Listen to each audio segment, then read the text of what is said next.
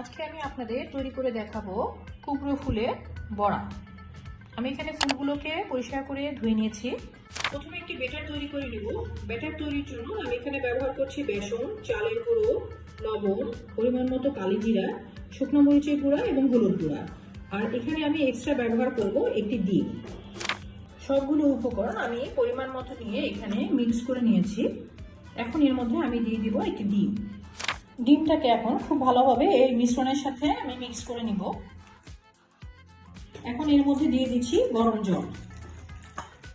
জলের পরিমাণটা আস্তে আস্তে করে আমি বাড়াবো, একসাথে দেওয়া যাবে না। খুব ভালোভাবে মিশ্রণটিকে মিক্স করে নিতে হবে। খুব ভালোভাবে এটা মিক্স করে নিয়েছি। আর এটার থিকনেসটা অনেকটা এই ধরনের হবে। এখন আমি এটাকে 10 মিনিটের জন্য ঢেকে রাখবো। 10 মিনিট পরে আদার রস মিক্স করে নিব। এখন এটাকে আবার পুনরায় ফেটে নেব।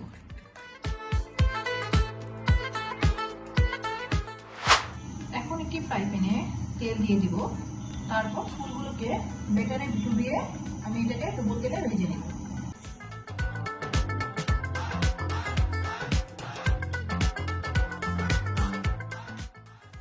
এভাবে আমি সবগুলো ফুল একটা একটা করে ভেজে নেব।